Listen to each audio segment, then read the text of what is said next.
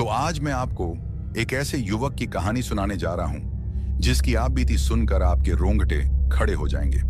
कहानी में युवक का नाम सुरेश है और सुरेश बिजनेस के काम से शहर जा रहा था। अब मैं आपको यह कहानी सुरेश के नजरिए से सुनाता हूं। मेरा नाम सुरेश है। मैं अपनी कार से दूसरे शहर जा रहा था अपने बिजनेस के काम से। घर से निकलते निकलते रास्ते में अंधेरा हो गया। अब मुझे सफर पर निकले काफी वक्त हो चुका था। काफी देर तक चलने के बाद मैंने रास्ते के बीच एक लड़की को हाथ देते हुए देखा। वह लिफ्ट मांग रही थी। मैंने सोचा, इतनी रात को कौन लड़की हो सकती है जो अकेली सड़क पर हो।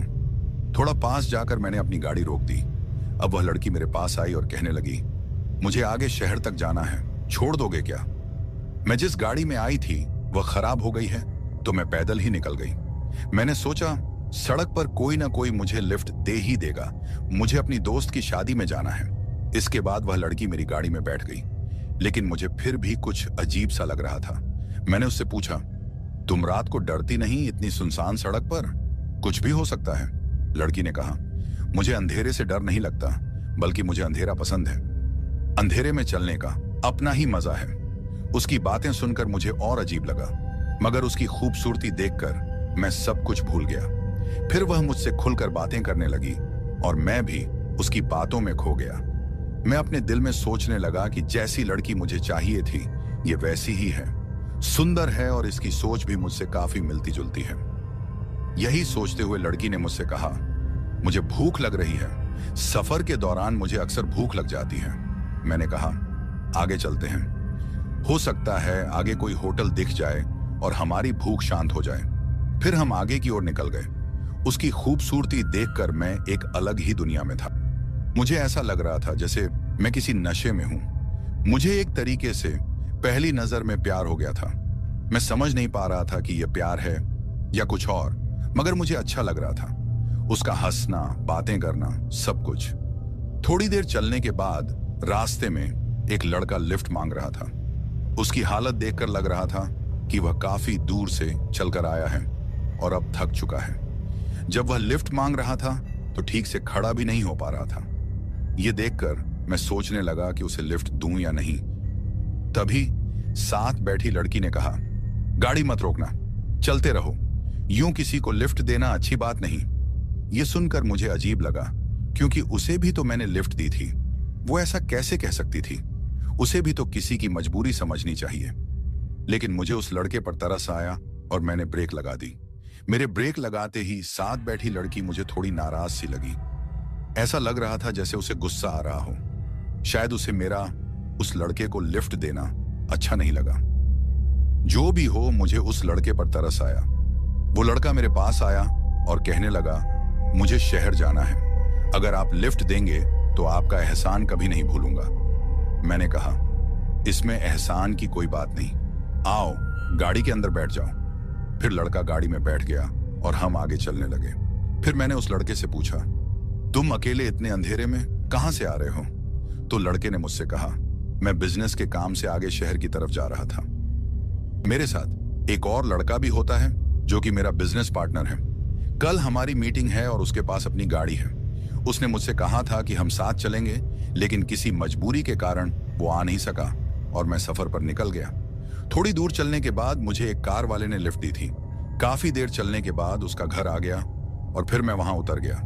उसके बाद मुझे अभी तक किसी ने लिफ्ट नहीं दी और गाड़ियां भी अब रात को बहुत कम हो गई हैं। मैं 5 किलोमीटर से पैदल चल रहा हूं और अब मेरी हालत खराब हो चुकी है।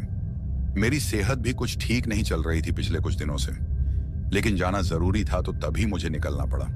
अब मुझ में चलने की हिम्मत नहीं है। यह तो भला हो आपका जो आपने मुझे लिफ्ट दे दी। भगवान आपका भला करे। उसकी ये बात सुनकर मुझे अपने आप पर खुशी हुई कि मैंने किसी जरूरतमंद की मदद की। मेरे दिल में एक ठंडक सी महसूस हो रही थी। अब हम तीनों शहर की तरफ जाने लगे, लेकिन लड़की मुझे अभी तक नाराज लग रही थी। शायद उसे मेरा उस लड़के को लिफ्ट देना अच्छा नहीं लगा था, लेकिन मैंने पहले भी कितनी बार जरूरतमंदों की मदद की है।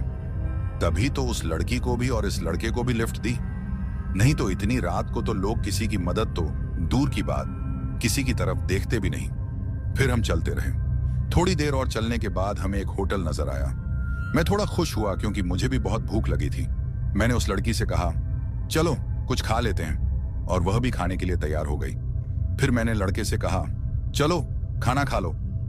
लेकिन लड़के ने मुझसे कहा, आप लोग खा लो, वैसे भी मैं थक गया हूं, थोड़ा आराम करता हूं, तब तक आप खाकर आ जाओ। फिर मैं और वो लड़की खाना खाने के लिए चले गए।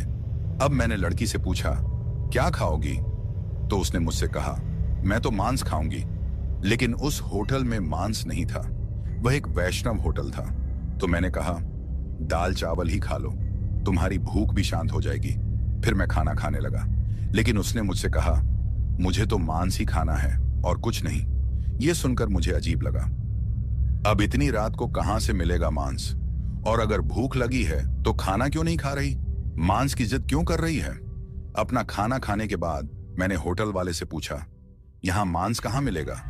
तो होटल वाले ने मुझसे कहा, वो जो सामने आपको एक दुकान दिख रही है, जो कि होटल के बिल्कुल सामने थी। होटल वाले ने कहा, मांस का पता नहीं, लेकिन मछली जरूर मिलेगी। फिर मैंने लड़की से पूछा, मांस नहीं है लेकिन मछली होगी, खाओगी क्या? तो ये सुनकर उसके मुंह में पानी आ गया और वो काफी खुश लग रही थी। फिर हम दोनों उस सामने वाली दुकान पर गए। मैंने पूछा, भाई मछली मिलेगी क्या खाने को? तो दुकानदार ने कहा, हाँ जी मिल जाएगी। फिर मैंने कहा, एक प्लेट लगा दो। कुछ देर मछली बनने के बाद उसने मुझे प्लेट दी, लेकिन मेरे हाथ से उस लड़की ने वो प्लेट छीन ली। उसके छीनने का तरीका मुझे अजीब लगा। हालांकि मैंने वो प्लेट उसे ही देनी थी, क्योंकि मैं सामने वाले होटल में खाना खा चुका था। अब मुझे भूख भी नहीं थी, लेकिन मैंने सोचा हो सकता है उसे ज्यादा ही भूख लगी हो। अब वो मछली खाने लगी। मुझे और भी अजीब लगने लगा, क्योंकि वो लड़की मछली बड़े अजीब तरीके से खा रही थी, मानो उसने अपनी जिंदगी में पहली बार मछली खाई हो। अभी थोड़ा ही वक्त हुआ था कि उसने सारी मछलियां खा ली और प्लेट को ऐसे चाट रही थी जैसे उसकी मर्जी उस प्लेट को भी खाने की हो। फिर मैंने सोचा हो सकता है इसे कुछ ज्यादा ही भूख लगी हो, तभी ऐसा कर रही है। लेकिन कहीं ना कहीं मुझे यह सब अजीब भी लग रहा था। फिर मैंने उससे कहा, तुम गाड़ी में बैठो, मैं पैसे देकर आता हूं। मेरे इतना कहते ही वह मान गई और गाड़ी की तरफ चली गई। अब मैं पैसे दे ही रहा था कि मुझे याद आया कि उस लड़के ने तो कुछ भी नहीं खाया। हो सकता है काफी ज्यादा थकने की वजह से उसमें चलने की हिम्मत न रही हो, शायद तभी उसने खाना भी नहीं खाया। तो मैंने सोचा क्यों ना थोड़ी मछलियां उसके लिए भी ले ली जाएं। अब मैंने दुकानदार से कह के कुछ मछली पैक करवा ली और मैं गाड़ी की तरफ चला गया। फिर मैं गाड़ी में बैठ गया, लेकिन मैंने देखा गाड़ी में वो लड़की नहीं है। और फिर मैंने गाड़ी की पिछली सीटों पर देखा तो वहां भी कोई नहीं था, वो लड़का भी गायब था। ये देख के मुझे अजीब लगा और मैं सोचने लगा कि आखिर वो दोनों किधर गए होंगे।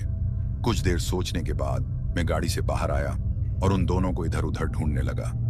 अभी मैं उन दोनों को ढूंढ ही रहा था कि एक जोरदार चीख मुझे सुनाई दी, और ये चीख किसी आदमी की थी। मैं घबरा गया। मैंने सोचा हो सकता है वो लड़का टॉयलेट गया हो और उसने किसी जंगली जानवर को देख लिया है और वो डर गया हो। चीख जंगल वाली साइड से आई थी, तो मैं भी उस साइड की ओर दौड़ता हूं और कुछ देर बाद जंगल के उस हिस्से में पहुंच जाता हूं जहां से वो चीख मुझे सुनाई दी थी। तभी मैं कुछ ऐसा देखता हूं जिसे देख मेरी रूह कांप जाती है। मैंने देखा एक लड़का जमीन पर पड़ा हुआ है और काफी जख्मी हालत में है, और ये वही लड़का है जिसे मैंने अपनी गाड़ी में लिफ्ट दी थी। और उस लड़के के पेट के ऊपर एक औरत बैठी हुई है जिसको देख के मैं अधमरा सा हो गया था। ऐसा लग रहा था जैसे मुझे अभी हार्ट अटैक आ जाएगा। उसका रूप इतना भयानक था कि अगर कोई भी देखे तो थर थर कांप जाए। मैंने देखा उसके लंबे लंबे सफेद बाल और बड़े बड़े दांत जो कि उसके होंठों के बाहर थे, और उसके लंबे लंबे नाखून जो कि खून से भरे पड़े थे, और कुछ खून उसके दांतों में भी लगा हुआ था। उसकी आंखें बिल्कुल आग की तरह लग रही थीं और चेहरे पर काफी झुर्रियां थीं। वो उस लड़के के पेट पर बैठी हुई उसकी छाती को फाड़ रही थी और उसका गला भी उसने फाड़ दिया था। फिर वो उस लड़के का खून पीने लगी। उसके बाद उसने उसका पेट भी फाड़ डाला और उसमें से कुछ अंग निकाल कर खाने लगी। ये तो मैं समझ चुका था कि ये एक चुड़ैल है, लेकिन चुड़ैल के कपड़े कुछ जाने पहचाने लग रहे थे, जैसे मैंने ये किसी को तो लगे हुए देखे हैं। फिर मुझे याद आया कि ये कपड़े तो उस लड़की के थे जो मेरे साथ थी जिसे मैंने लिफ्ट दी थी। तो क्या यह वही लड़की है जिसे मैं प्यार करने की सोच रहा था? और क्या यह वही लड़की है जिसकी खूबसूरती देखकर मैं पागल हो गया था? अब मेरी हालत और भी खराब हो चुकी थी, क्योंकि मुझे इतना तो पता चल चुका था कि अब अगली बारी मेरी है। इससे पहले कि यह मुझ तक पहुंचे, मुझे जल्द से जल्द भागना होगा और मैं उस होटल वाले से कुछ मदद मांगूं। अब मैं काफी तेजी से जंगल से बाहर निकलने की कोशिश करने लगा। तभी फिर से एक जोरदार चीख मुझे सुनाई दी, और इस बार यह चीख काफी भयानक थी। लेकिन मैं ज्यादा ध्यान न देकर दौड़ता रहा और किसी तरीके से जंगल को पार कर लिया। और सबसे पहले मैं उस होटल पर पहुंचा जहां मैंने खाना खाया था, लेकिन वो होटल बंद हो चुका था। फिर मैंने सामने की दुकान पे देखा तो वो भी बंद हो चुकी थी। अब मेरी हालत और भी खराब हो गई थी। अब मैं क्या करूं, समझ नहीं आ रहा था। तभी मैंने सोचा जितनी जल्दी हो सके अपनी गाड़ी को लेकर भाग जाऊं। जैसे ही मैं गाड़ी की तरफ जाने लगा कि तभी मुझे किसी ने पुकारा और कहा कि आप कहां चले गए थे? मैंने पीछे मुड़कर देखा तो मेरा चेहरा पसीने से भरा हुआ था, क्योंकि मैं बहुत डरा हुआ था और काफी देर से भाग भी रहा था। जिसने मुझे पुकारा वो वही लड़की थी जो कुछ देर पहले उस लड़के को खा रही थी। उसे देखते ही मेरी हालत अब और भी ज्यादा खराब हो गई। लेकिन मेरे दिमाग में एक ही बात थी, अगर इसे पता चल गया कि मैंने इसे देख लिया है तो ये मुझे भी अभी मार डालेगी। मैंने तुरंत खुद को संभाला और सोचा मुझे इसे यकीन दिलाना होगा कि मुझे कुछ भी नहीं पता। फिर मैंने गहरी सांस ली और खुद को शांत किया। एक सामान्य तरीके से बात करने लगा, मानो जैसे कुछ हुआ ही नहीं है। अब हम दोनों गाड़ी में बैठ गए और आगे की तरफ निकलने ही वाले थे। तभी मैंने पूछा, वो लड़का कहाँ गया जो पिछली वाली सीट पर था?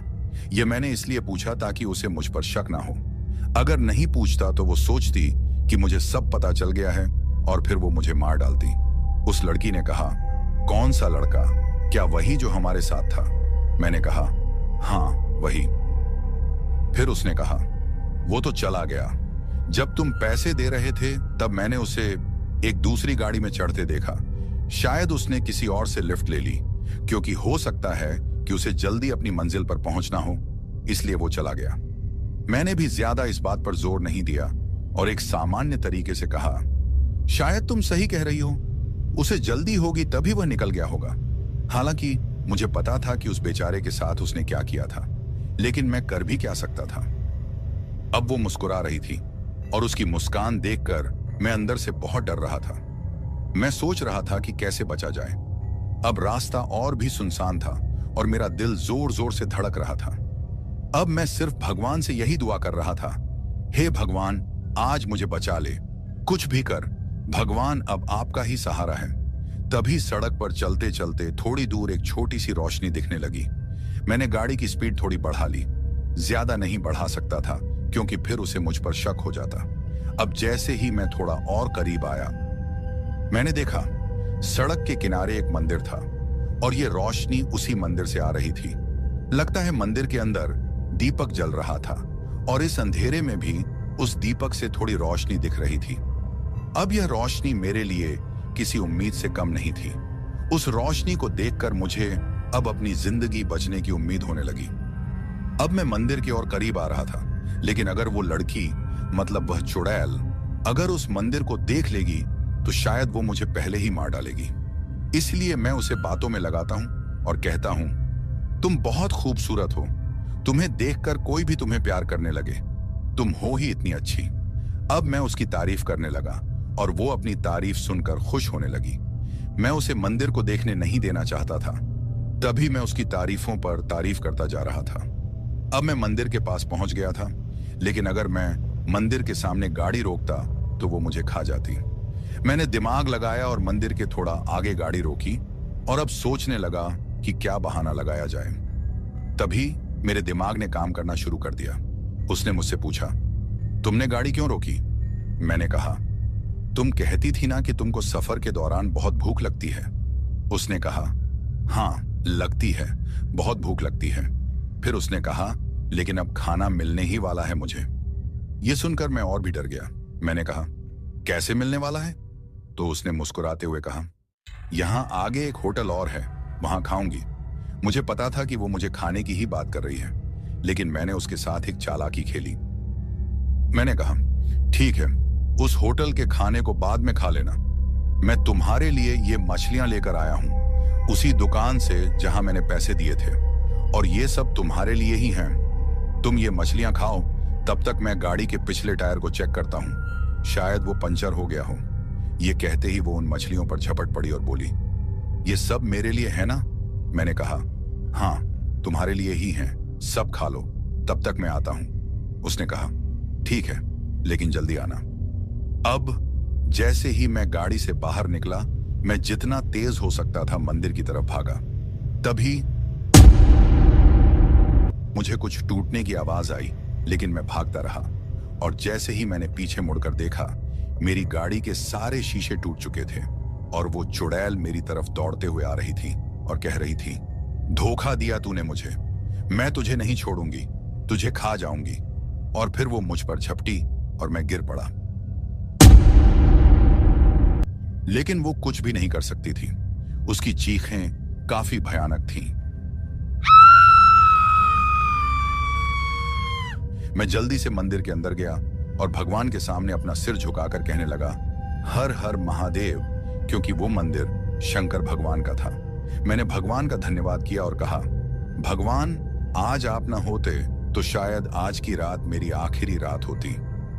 उसके बाद पूरी रात मैंने उस मंदिर में बिताई, और सुबह जब उठा तो काफी लोग मंदिर में पूजा करने के लिए आए थे। उनमें से एक पंडित ने मुझसे पूछा, तुम कौन हो और यहां रात को कैसे आए? तो फिर मैंने उन्हें अपनी पूरी आप बीती बताई।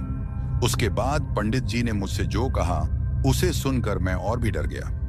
दरअसल उन्होंने कहा कि वो लड़की जिसे मैंने लिफ्ट दी थी, वो आज से 4 साल पहले एक एक्सीडेंट में मर चुकी है।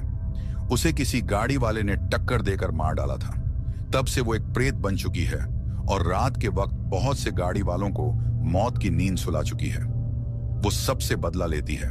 तुम पहले इंसान हो जो उसके हाथों से बच गए हो। ये सब सुनकर मैंने एक बार फिर भगवान का शुक्रिया अदा किया और अपना काम खत्म करके अगले दिन घर वापस आ गया।